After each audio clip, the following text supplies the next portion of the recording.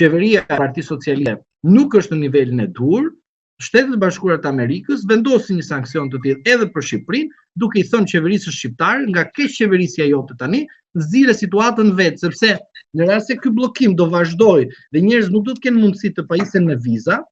atëherë i bën që edhe njerëzit vetë do reflektojnë dhe do thënë shiko, derisa ky e mbajmë në pushtetin dhe këta na kufizojnë ne të dalim jashtë shtetit, do thotë që problemi që ka Edi Rama dhe nuk është populli shqiptar. Jo të marrim të mirëqen politikën e brendshme të Trumpit. Se Trumpi s'ka çfarë bëhet, çfarë bën, nxjerr një dekret atje dhe thotë më fal, 1 2 3 4 dhe mbaroi puna. Ndërsa kjo është më e gjerë, pra do të thotë që sinjali është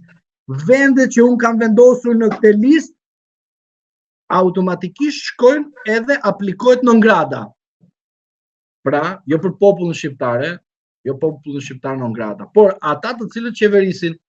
dhe aktualisht qeverisë Partia Socialiste zoti Rama dhe ministrat e tij, të cilët e kanë bërë livadë, kanë bërë situatën e keq qeverisjes së vendit. Prandaj nuk ka të bëjë me popullin shqiptar. Mendoni që pas kësaj vjen dëshkime për politikanët? Ne kemi thënë këtu për 69 non grata që mund të vinë dhe mos harro faktin që ne e kemi cituar 6 muaj para dhe mos harron faktin që ne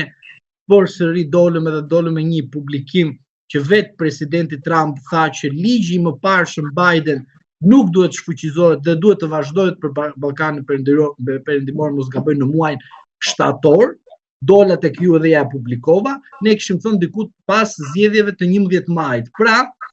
mënyra se si linja Trump vendos veten e vet në protagonizëm në Ballkan është qartë që kjo jo do të bashkëshoqëroj krahas edhe non gradave, por non grada tani do të jenë të njohura, se ta kam thënë këtë edhe përsëris. Pra, non grada mund të vi zarfi të shtëpia dhe thotë ti zotëri nuk e shkel më sa jam unë në pushtet të Shtetet e Bashkuara të Amerikës. Po unë kam të drejtën ta nxjerr ose jo zarfin që më vjen.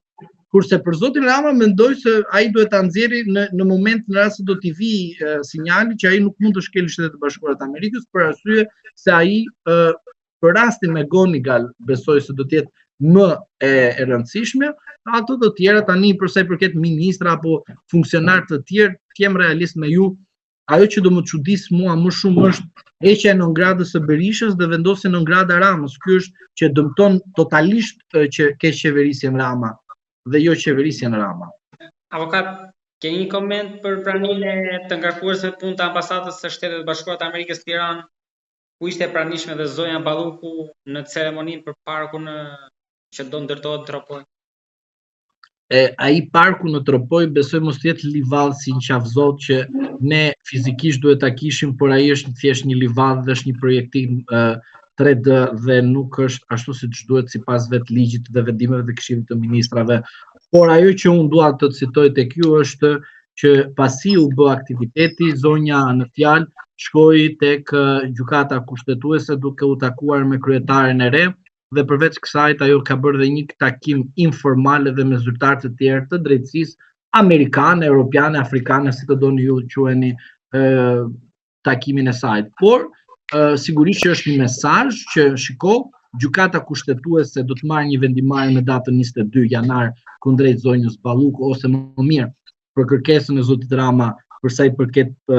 kompetencës apo jo të një vendimarrje të GKK-s, që për mendimin tim ashtu edhe duhet të jemi koherent që GKK-ja ka shkelur kompetencat për sa i përket pjesës së pezullimit të zonjës Balluku si zëvendës kryeministre, por kjo nuk ka të bëjë fare me faktin penal që zonja Balluku është e pandehur dhe si e pandehur duhet të ndjek të gjitha hallkat e gjykimit, ashtu siç vetë zoti Rama ka përmendur përpara qytetarëve shqiptar, drejtësia që ai ka normuar, spatën që i dha Altin Dumani dhe tani që i erdhi te Kobori i thot tani në Altin Dumani ti ike, po erdhi Brau. Tani që erdhi Brau s'ka spatën dhe s'ka dhe spaku të ketë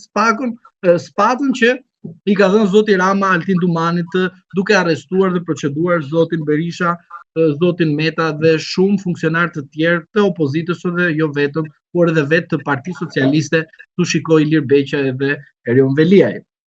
Ju i përmendët avokat, po një pjesë e tyre janë transferuar